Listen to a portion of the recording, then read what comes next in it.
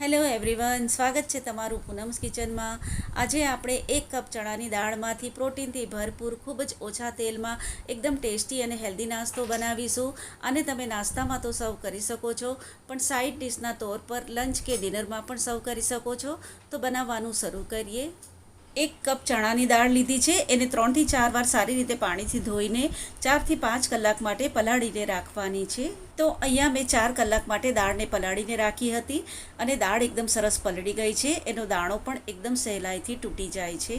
દાળ પલાળેલું પાણી મેં કાઢી નાખ્યું છે અને એકવાર સાફ પાણીથી ધોઈને એને સ્ટ્રેનરમાં કાઢી લીધી છે, જેથી બધું જ પાણી એમાંથી નીકળી જાય। દાળને મિક્સર જારમાં લઈ લઈએ।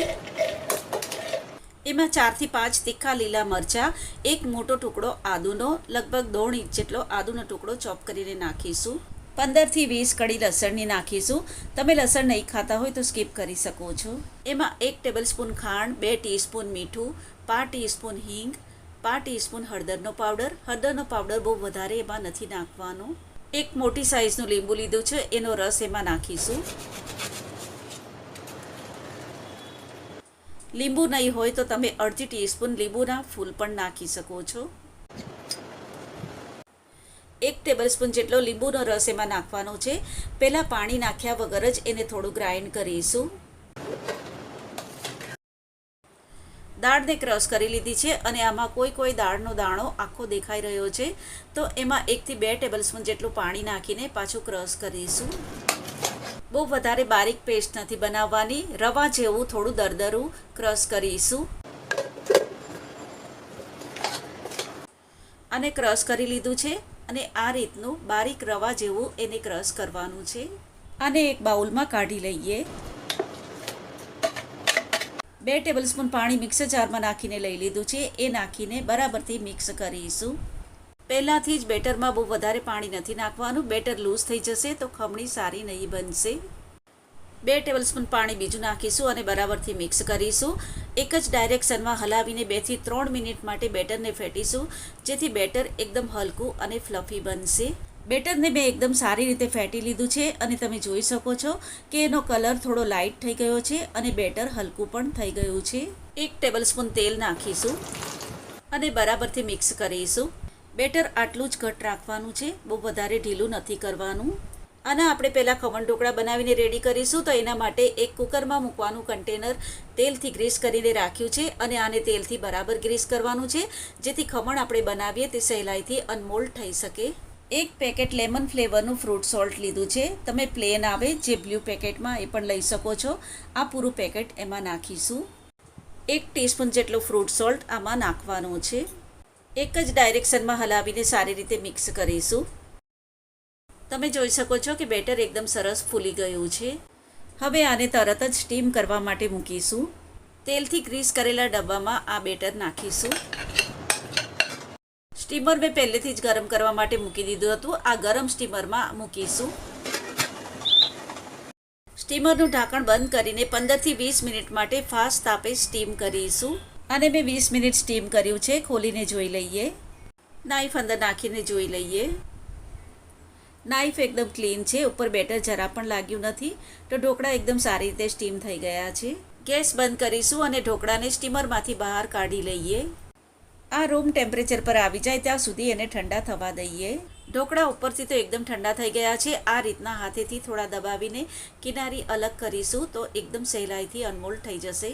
આ રીતના કન્ટેનરને ઊંધું કરીને ડીશમાં કાઢી લઈએ। ઢોકળા નીચેની સાઈડથી થોડા ગરમ છે તો એને ઠંડા થવા દઈએ। એકદમ રૂમ ટેમ્પરેચર પર આવી જાય ત્યાં સુધી એને ઠંડા કરીશું। આ એકદમ ઠંડા થઈ ગયા છે, તો હવે એને કટ કરીશું।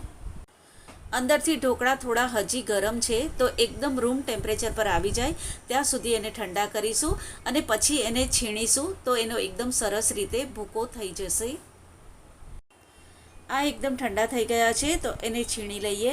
તમે આનો આવી રીતે હાથેથી ભૂકો પણ કરી શકો છો, પણ એને છીણીને લેશું તો એનો ભૂકો એકદમ સરસ રીતે થશે। આવી રીતના એને છીણી લઈએ। આવી રીતે ઢોકળાના બહુ જ સરસ ક્રમ્સ બનશે।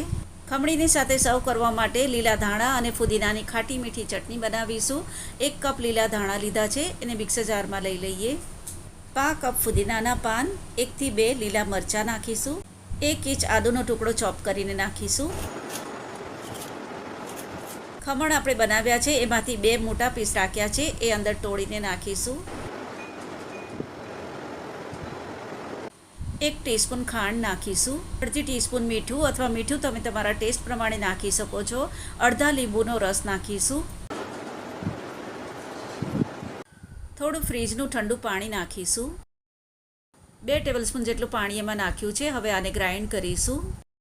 ખૂબ જ ટેસ્ટી ચટણી બનીને રેડી થઈ ગઈ છે. આને આપણે એક બાઉલમાં કાઢી લઈએ. ખમણના ક્રમ્સ બનાવીને રેડી કરી દીધા છે. વઘાર માટે કઢાઈમાં 2 ટેબલસ્પૂન તેલ નાખીશું. થોડું મોડું હોય એવું ઓછું તીખું લીલું મરચું લીધું છે, એને વચ્ચે આ રીતે એક કટ લગાવીશું. સાથે સર્વ કરવા માટે હું મરચાં તળી રહી છું. તો તેલ ગરમ થઈ ગયું છે તો એમાં મરચાં નાખીશું. લો ટુ મીડિયમ ફ્લેમ પર સતત હલાવીને મરચાંને મેં તળી લીધા છે. તો હવે એને કાઢી લઈએ. તેલ એકદમ ગરમ થઈ ગયું છે તો એમાં 2 ટીસ્પૂન રાઈ નાખીશું. રાઈને ફૂટવા દઈએ. એના પર ઢાંકણ ઢાંકી દઈએ જેથી રાઈ ઉડીને બહાર નહીં આવે. રાઈ સારી રીતે ફૂટી ગઈ છે તો 5 ટીસ્પૂન હિંગ નાખીશું. 1 લીલું મરચું બારીક કાપેલું નાખીશું. લીલા મરચાંને લાઇટલી સાતળીશું. અડધો કપ પાણી નાખીશું. આમાં પાણી નાખીએ ત્યારે ગેસની ફ્લેમ એકદમ ધીમી રાખવાની છે. 1/2 ટેબલસ્પૂન ખાંડ અને 5 ટીસ્પૂન મીઠું નાખીશું. પાણીમાં એક ઉકળો આવી ગયો છે અને ખાંડ પણ સારી રીતે ઓગળી ગઈ છે. 5 ટીસ્પૂન જેટલો લીંબુનો રસ નાખીશું.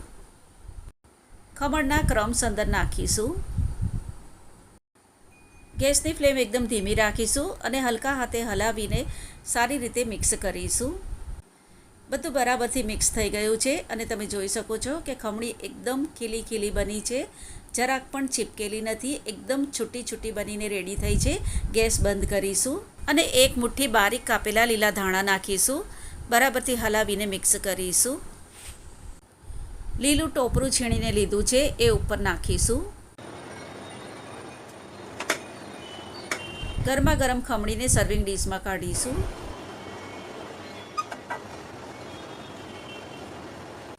ઉપર બારીક સેવ નાખીશું. દાડમના દાણા નાખીશું. લીલા ટોપરાની છીણ નાખીશું. બારીક કાપેલા લીલા ધાણા. ચટણી આપણે બનાવી છે એ સાઈડમાં મૂકીશું. તળેલા લીલા મરચાં મૂકીશું. ડુંગળીની સ્લાઇસ સાથે સર્વ કરીશું. બહુ જ ટેસ્ટી સુરતની ફેમસ ખમણી અને સાથે ચટપટી ચટણી બનીને રેડી થઈ ગઈ છે. તમે આને એકવાર જરૂરથી ટ્રાય કરજો. રેસીપી તમને પસંદ આવે તો વિડીયોને લાઇક કરજો. તમારી ફેમિલી અને ફ્રેન્ડ સાથે શેર કરજો. ચેનલ પર નવા હોય તો સબસ્ક્રાઈબ કરવાનું ભૂલતા નહીં. તો ફરીથી પાછા મળીશું આવી જ એક નવી રેસીપીની સાથે. ત્યાં સુધી bye bye and take care.